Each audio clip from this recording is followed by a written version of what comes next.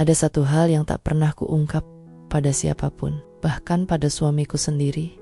Rahasia yang bermula dari satu sore biasa, saat rumah begitu sunyi dan udara terasa lengket di kulit.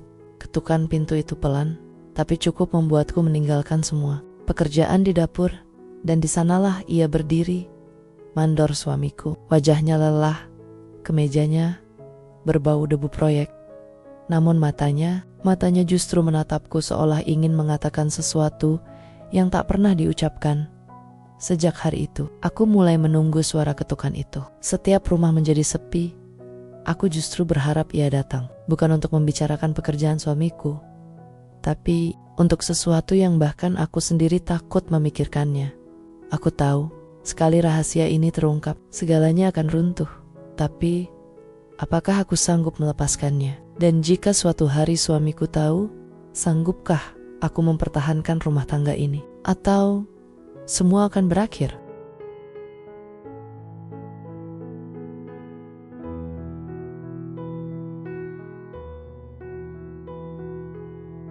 Namaku Rani, usiaku 31 tahun. Usia pernikahanku baru menginjak tahun kedua. Tapi rasanya seperti sudah melewati puluhan tahun. Bukan karena kami tak bahagia, justru sebaliknya. Aku dan suamiku Bagas selalu berusaha saling melengkapi. Bagas bekerja di sebuah proyek konstruksi besar di luar kota. Ia pulang hanya sebulan sekali, kadang bahkan lebih lama. Katanya, ini demi masa depan keluarga kami, demi rumah yang sedang kami cicil, demi rencana memiliki anak, demi segalanya yang lebih baik. Aku selalu percaya padanya. Setiap pagi, aku memulai hari dengan rutinitas sederhana. Membersihkan rumah, menyiram bunga di halaman, lalu duduk di teras sambil menunggu kabar darinya. Telepon dari Bagas adalah momen yang selalu kutunggu, meski kadang hanya sebentar.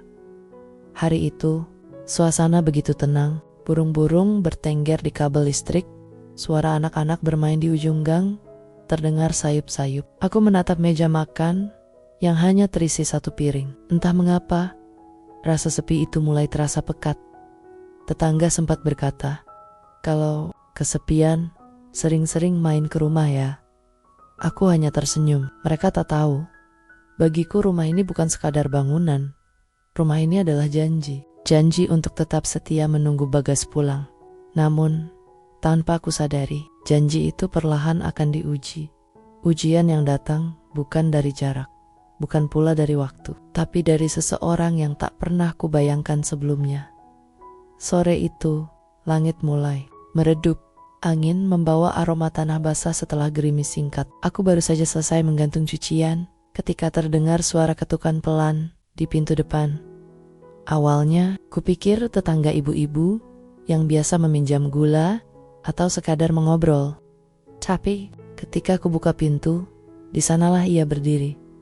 Pak Arman, mandor proyek tempat Bagas bekerja. Pria berusia awal 40-an, tubuhnya tegap, kulitnya terbakar. Matahari dan raut wajahnya menunjukkan wibawa seorang pemimpin lapangan. Meski penampilannya sederhana, ada sesuatu pada tatapannya yang terasa menembus. Selamat sore Bu, Rani. Maaf mengganggu.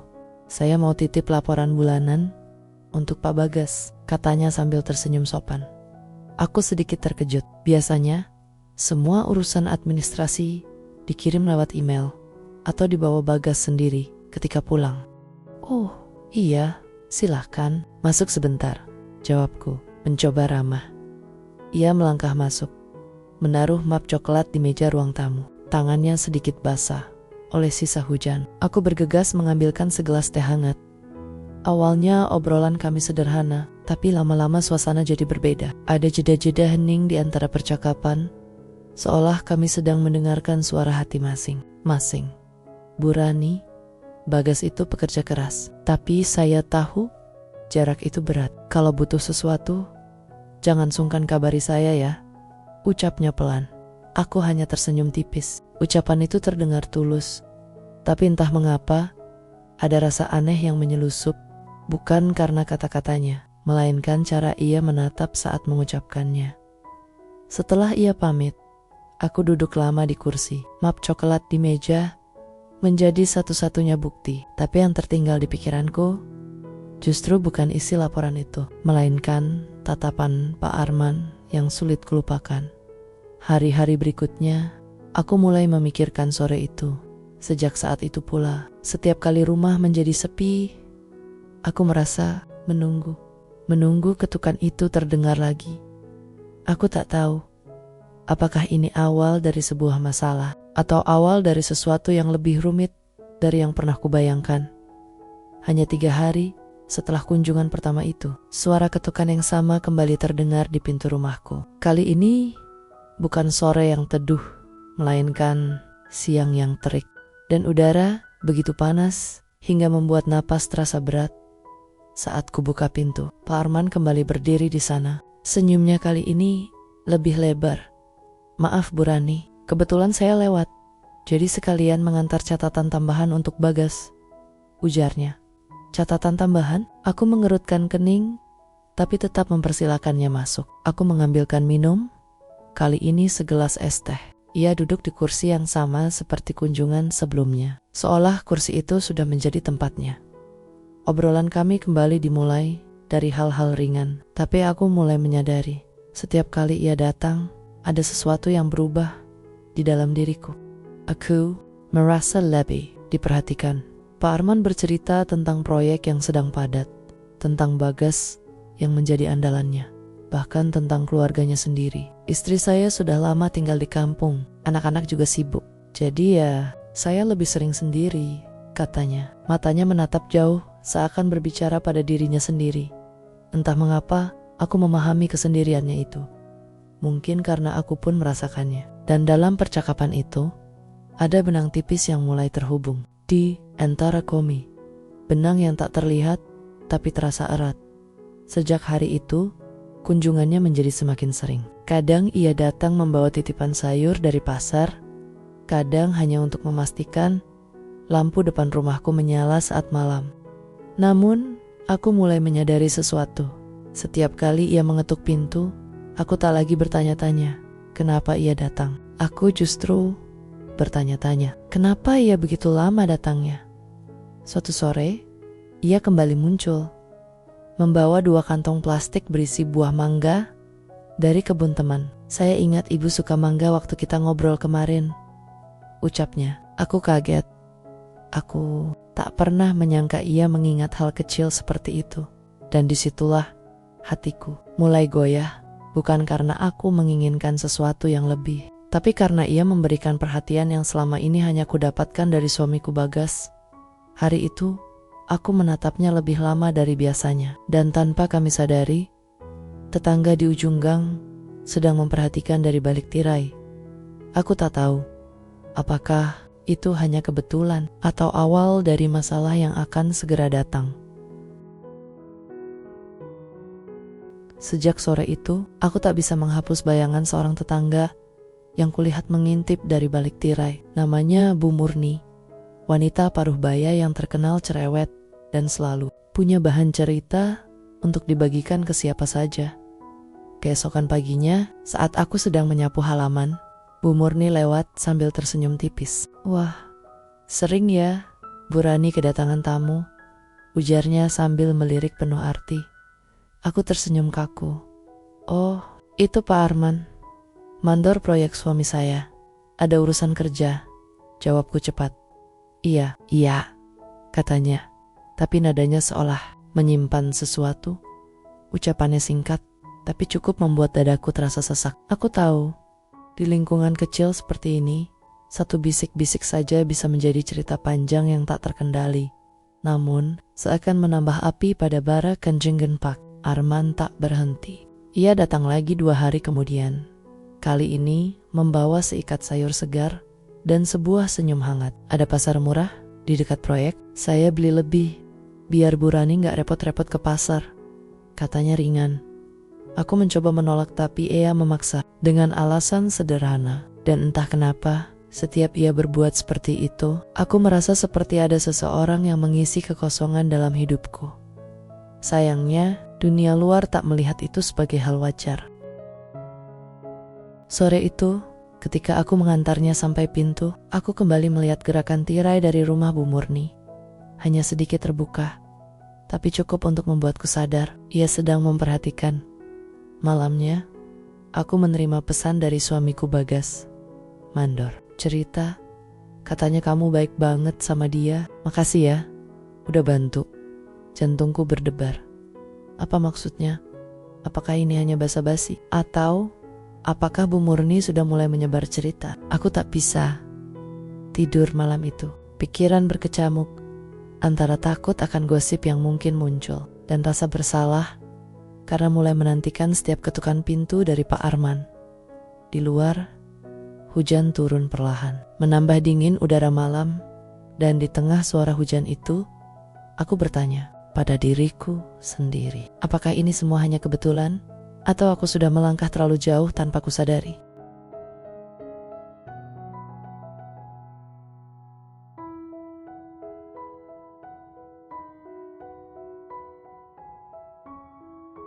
Pagi itu, udara terasa lembab. Hujan semalam meninggalkan genangan. Di jalanan gang, aku duduk di teras sambil menatap ponsel yang sunyi. Tidak ada pesan dari Bagas sejak semalam. Biasanya ia selalu mengirim kabar, meski hanya sekadar, "Sudah makan." Entah kenapa, rasa sepi itu membuatku ingin mendengar suara ketukan pintu lagi. Suara yang kini, mau tak mau sudah kuakui selalu kutunggu. Siang menjelang, ketukan itu akhirnya datang. Tok-tok, suara yang sama, ritme yang sama, dan seolah membawa udara hangat masuk ke rumahku. Bu Rani, Pak Arman berdiri dengan senyum teduh, membawa kantong plastik berisi roti. Tadi ada toko roti buka cabang baru di dekat proyek. Saya pikir, ibu pasti suka. Aku menerima roti itu sambil mengucapkan terima kasih. Tapi Koli, ini, aku tak mempersilakannya duduk di ruang tamu. Seperti biasa, entah kenapa, aku malah berkata, "Pak, temani saya sebentar di teras ya." Kami duduk bersebelahan. Jarak kami tak terlalu dekat, tapi cukup untuk membuatku merasakan kehadirannya dengan jelas. Kami berbicara lama, tentang masa kecil, tentang keluarga, bahkan tentang mimpi-mimpi yang tak pernah kesampaian. Di tengah percakapan, ia berkata pelan, "Ibu kuat sekali, sendirian di rumah, menunggu Bagas pulang." Kalau saya di posisi Bagas, mungkin saya tak akan sanggup meninggalkan istri seperti ini. Kata-kata itu membuat dadaku bergetar. Ada bagian dari diriku yang merasa dimengerti, sesuatu yang bahkan jarang kurasakan dari Bagas belakangan ini.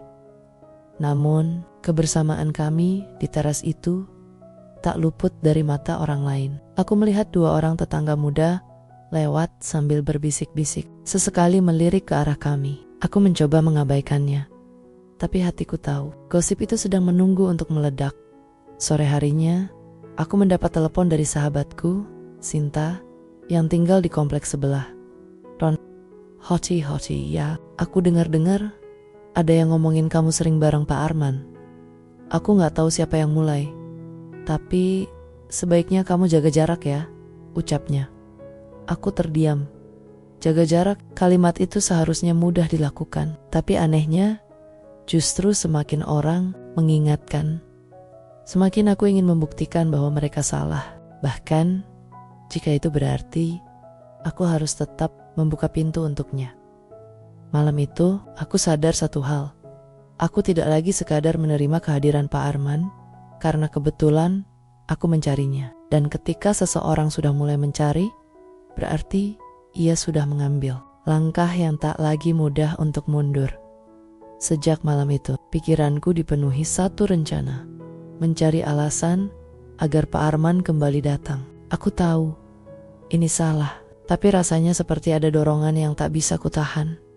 Pagi itu, aku berdiri di depan lemari peralatan rumah. Sengaja aku perhatikan engsel pintu belakang yang sedikit longgar. Bukan kerusakan besar, hanya butuh obeng dan waktu 5 menit untuk memperbaikinya. Tapi di pikiranku, itu cukup untuk menjadi alasan. Siang harinya, aku mengirim pesan singkat. "Pak Arman, kalau sempat lewat, boleh tolong lihat pintu belakang?" Kayaknya longgar engselnya. Tak sampai setengah jam, ia sudah berdiri di depan pintu rumah, membawa kotak peralatan. Wah, Kebetulan saya lagi nggak jauh dari sini, katanya. Padahal aku tahu proyeknya sedang sibuk. Ia memperbaiki engsel itu, sambil sesekali bercerita tentang pekerjaan. Aku duduk tak jauh darinya, pura-pura sibuk mengupas buah. Padahal mataku sesekali memperhatikan setiap gerakannya. Sudah beres, Bu. Sekalian saya rapikan daun-daun di halaman belakang ya, katanya. Aku mengangguk, dan dalam hati, aku bertanya-tanya, apa ini masih sekadar perhatian, atau sudah melangkah ke wilayah yang tak seharusnya kami injak. Hari-hari berikutnya, aku semakin kreatif mencari alasan. Lampu teras yang katanya redup, keran dapur yang longgar, bahkan hanya untuk mengantar titipan kue ke tetangga dekat proyek. Semua itu ujung-ujungnya membuat ia mampir. Namun, di balik pertemuan-pertemuan itu, gosip mulai mengalir lebih deras. Aku tak sengaja mendengar dua ibu-ibu di warung berkata, katanya si Burani sekarang sering ditemani mandor suaminya. Suaminya, Bagas, nggak tahu kali ya. Tawa kecil mereka terasa seperti pisau yang menusuk diam-diam. Aku mencoba mengabaikannya, tapi rupanya gosip itu tak berhenti di lingkungan sekitar. Suatu malam, Bagas mengirim pesan. Ron, ada yang bilang kamu sering dibantu Pak Arman.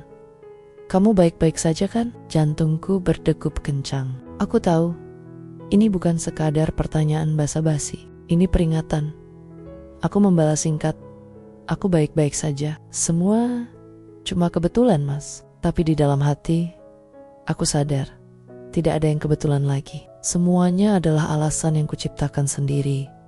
Dan entah bagaimana, aku justru merasa lebih takut kehilangan ketukan pintu itu daripada takut pada gosip yang mulai mengelilingiku. Namun, ketukan pintu siang itu terasa berbeda. Tidak berirama pelan seperti biasanya, melainkan cepat dan sedikit keras. Aku membuka pintu dengan senyum yang kubiasakan. Tapi senyum itu langsung memudar. Bukan Pak Arman yang berdiri di sana, tetapi suamiku Bagas. Matanya menatap tajam, tapi bibirnya menahan senyum tipis yang terasa lebih menegangkan daripada marah. Lagi sibuk? Tanyanya datar. Aku gelagapan. Enggak, cuma lagi beberes aja, Mas. Ia melangkah masuk tanpa melepas pandangan. Kebetulan, aku tadi ada rapat dibatalkan, jadi pulang lebih cepat. Oh iya, katanya engsel pintu belakang sudah dibenerin. Sama siapa? Jantungku langsung terasa berat. Aku mencoba menjawab santai. Oh iya, sama Pak Arman. Dia lewat, terus lewat, atau dipanggil. Potongnya pelan, tapi tegas. Pertanyaan itu membuat tenggorokanku kering. Aku hanya bisa mengalihkan pandangan. Bagas menghela napas panjang, lalu duduk di ruang tengah.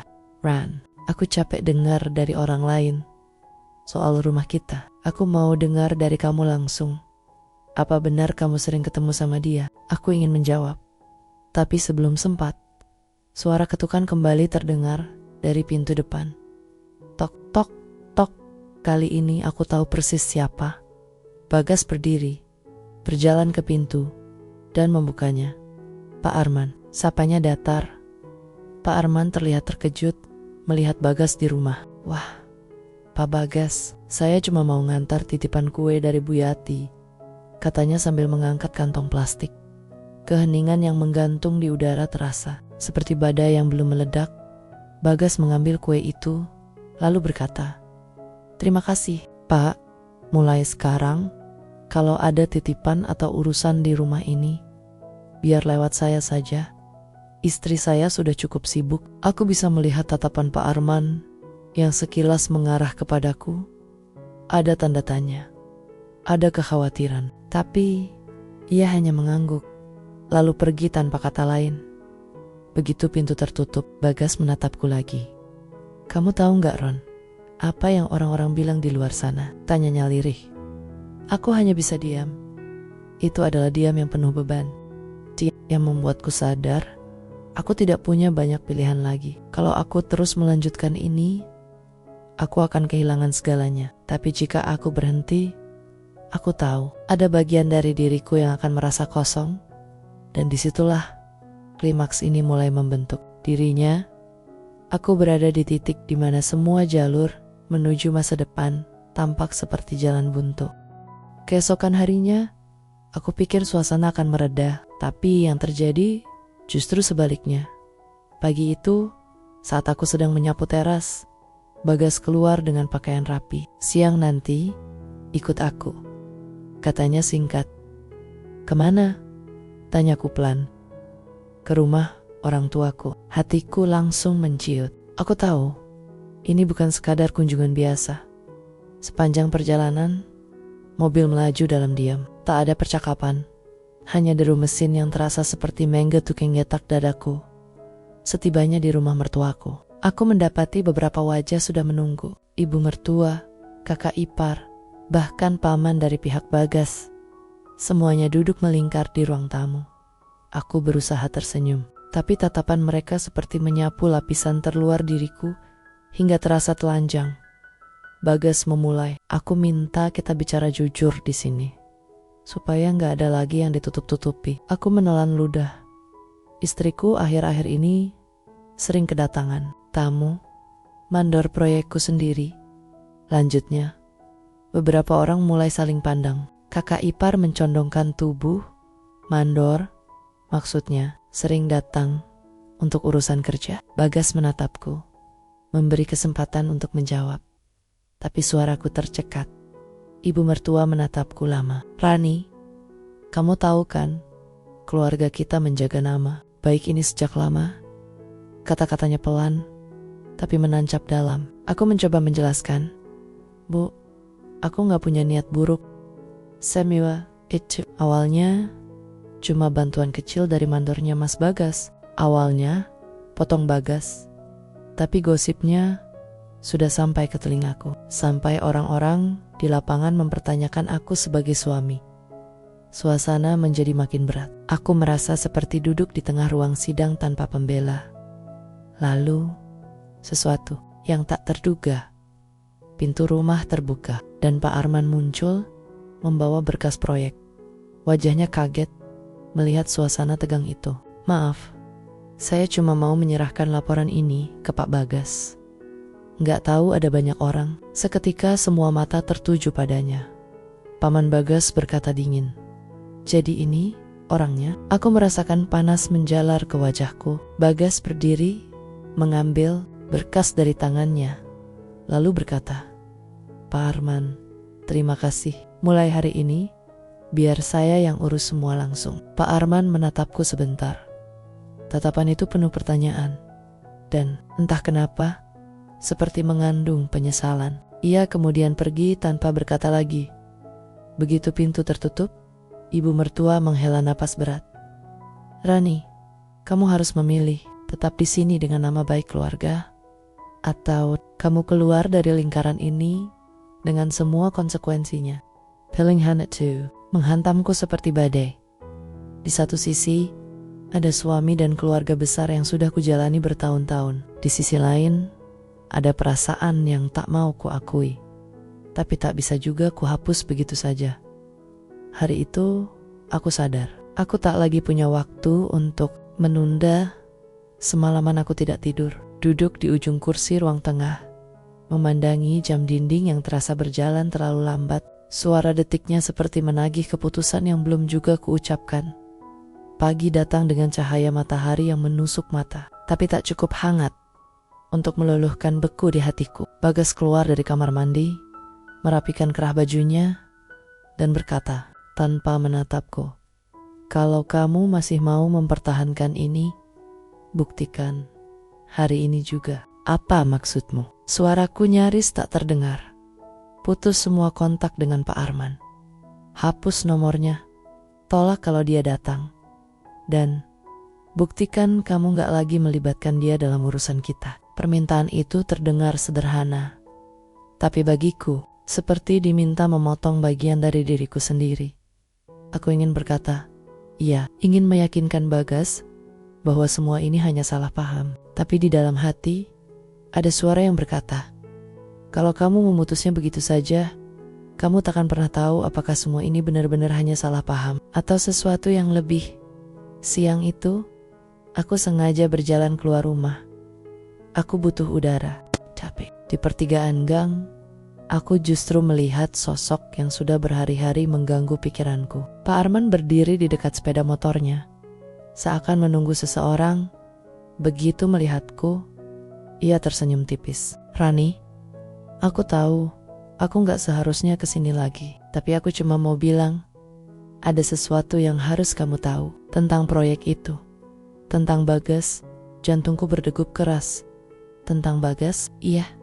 Dan kalau kamu dengar, kamu mungkin akan mengerti kenapa aku peduli sama kamu. Kalimat itu menggantung di udara. Aku berdiri di tengah dilema terbesar dalam hidupku. Jika aku mendengarkannya, berarti aku melanggar janji yang baru saja diminta Bagas.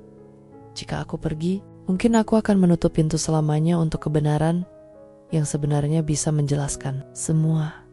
Aku memandang mata Pak Arman, mencoba mencari kebohongan di sana, tapi yang kutemukan justru ketulusan yang membuatku makin goyah. Lalu, ia berkata pelan, "Kalau kamu mau tahu, ikut aku. Hanya 10 menit. Setelah itu, kamu gak akan melihat aku lagi. Kalau memang itu maumu, aku tahu 10 menit ini bisa mengubah segalanya dan tak ada jalan kembali." Tanpa berkata sepatah kata pun, aku melangkah mendekat. Hujan gerimis turun tiba-tiba, seolah langit ikut mengintai apa yang akan terjadi. Pak Arman memberikan jas hujan tipis padaku, lalu kami berjalan menyusuri gang kecil yang jarang kulewati.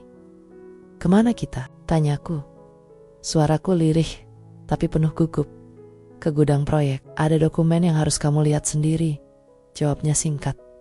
Jantungku berdegup semakin kencang. Sepanjang perjalanan, pikiranku dipenuhi wajah Bagas, ucapannya pagi tadi, dan rasa bersalah yang menusuk. Tapi di sisi lain, ada rasa ingin tahu yang membuncah. Aku butuh jawaban. Sesampainya di gudang, Pak Arman membuka laci besi tua dan mengeluarkan beberapa map tebal. Ini laporan proyek bulan lalu. Banyak bahan yang katanya sudah dibayar oleh Bagas, tapi kenyataannya tidak pernah sampai. Aku mengernyit. "Maksudnya, Rani, aku gak tahu gimana harus bilang. Tapi ada kemungkinan Bagas terlibat dalam markup anggaran. Dan aku khawatir itu alasan dia makin jarang di rumah." Dunia seperti berhenti berputar. Kata-katanya menampar kesadaranku. Suamiku Bagas, lelaki yang selama ini kupikir sibuk bekerja demi masa depan kami, ternyata mungkin sibuk dengan sesuatu yang lebih gelap dari dugaanku.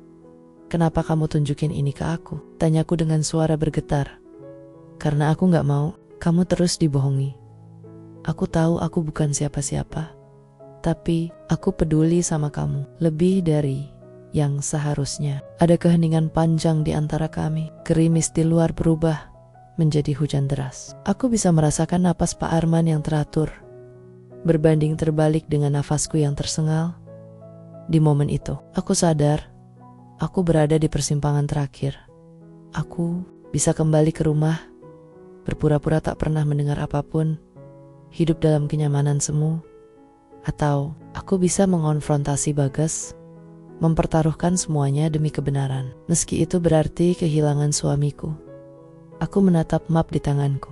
Jemariku bergetar. "Aku gak tahu apakah aku siap," bisikku. "Kamu lebih kuat dari yang kamu pikir, Rani," balasnya pelan. Dan di antara denting hujan yang membentur atap seng, aku tahu malam ini aku akan pulang membawa rahasia yang tak akan pernah bisa kuletakkan lagi. Map di tanganku terasa berat, seolah di dalamnya ada batu yang siap menghancurkan pondasi rumah tanggaku kapan saja. Begitu pintu rumahku tutup, aku langsung terduduk di kursi ruang tamu. Lampu remang membuat bayangan di dinding terlihat seperti menghantuiku. Nafasku cepat, pikiranku berisik, teleponku berdering, nama Bagas terpampang jelas. Tanganku terhenti di udara, ragu apakah harus mengangkat atau tidak. Aku tahu, sekali aku bicara, nada suaraku akan mengkhianatiku. Kutelan ludah, lalu kuangkat. "Ron, besok aku pulang," katanya singkat. Aku membeku. "Besok?" Lebih cepat dari yang kupikirkan. "Besok?" Suaraku parau. "Iya, ada yang mau aku omongin." Langsung, nada suaranya terdengar aneh, tidak sehangat biasanya. Seperti ada beban yang ia sembunyikan. Atau mungkin ia sudah tahu aku mulai curiga. Begitu panggilan berakhir, aku memandangi map itu lagi. Aku tahu, besok bukan hanya hari di mana suamiku pulang. Besok adalah hari penentuan. Sepanjang malam aku memutar berbagai skenario di kepalaku. Apa aku harus langsung menuduhnya, menunjukkan bukti-bukti ini, atau menunggu dia yang bicara dulu, lalu melihat apakah dia akan jujur? Namun ada satu ketakutan yang terus menggerogoti pikiranku. Bagaimana jika semua ini benar, dan aku harus memilih antara menyelamatkan nama baiknya atau menyelamatkan diriku sendiri. Di luar, hujan belum reda. Angin membuat tirai bergoyang, menimbulkan suara-suara samar yang membuatku semakin gelisah. Aku sadar, tidur malam ini hanyalah angan. Aku akan menghabiskan waktu dengan menatap langit-langit, menunggu fajar, dan menunggu jawaban yang mungkin akan menghancurkan segalanya. Dan entah kenapa, di tengah rasa takut itu, wajah Pak Arman tiba-tiba muncul di benakku. Tatapan matanya, suaranya, ucapannya malam tadi, "Rani, kamu lebih kuat dari yang kamu pikir. Besok, aku harus membuktikan itu." Kalimat itu terus bergema di kepalaku hingga fajar menyingsing. Matahari baru saja muncul ketika suara deru mobil terdengar di depan rumah. Aku berdiri di dekat jendela. Map itu masih kupegang erat. Jantungku berdegup begitu keras sampai rasanya aku bisa mendengarnya sendiri. Pintu terbuka dan Bagas masuk membawa aroma jalanan yang bercampur lelah. Tatapannya langsung menancap ke mataku. Tanpa senyum, "Kita duduk," katanya singkat. Kami duduk di meja makan. Jarak kami tak lebih dari 1 meter. Tapi rasanya seperti ada jurang tak kasat mata memisahkan. Aku meletakkan map di atas meja. "Ini semua yang aku temukan," kataku, berusaha menahan getar di suaraku. Bagas menatap map itu lama, lalu menarik napas. "Aku tahu kamu akan menemukannya." Jawaban itu membuatku tercengang. "Kamu tahu?" "Iya," jawabnya pelan.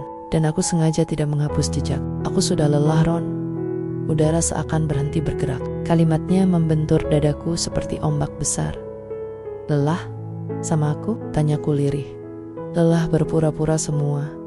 Baik-baik saja," katanya sambil menunduk. "Proyek, hutang, tekanan, aku jadi orang yang bukan diriku. Dan aku tahu, kamu pun." Mencari kehangatan di tempat lain, aku terdiam. Mataku panas. Kata-kata itu seperti membuka pintu rahasia yang selama ini kami kunci rapat. Ia tahu tentang aku dan Pak Arman, meski tak pernah menyebut namanya. "Apa yang kamu mau, Mas?" tanyaku akhirnya. Ia menatapku lama. "Aku mau kita berhenti saling menyiksa. Kita mulai lagi. Kalau kamu mau." Tapi jujur, aku menutup mata, menarik napas panjang. Di kepalaku terlintas semua momen, tatapan Pak Arman, gosip Bu Murni, senyum Bagas waktu pertama kali kami menikah. "Kalau aku mau mencoba lagi," kataku perlahan, "kita harus membuang semua yang pernah jadi racun di hati kita." Bagas mengangguk. Ada sedikit kelembutan kembali di matanya. Dan pagi itu, tanpa kata maaf yang berlebihan, kami sepakat memulai dari nol. Meski aku tahu bekas luka itu akan tetap ada. Ketika ia keluar untuk menaruh barang di mobil, aku berdiri di teras, menghirup udara pagi. Aku sadar, kebahagiaan bukan soal siapa yang datang memberi perhatian saat rumah sepi, tapi siapa yang tetap tinggal saat badai datang. Dan untuk pertama kalinya setelah sekian lama, aku memilih untuk bertahan.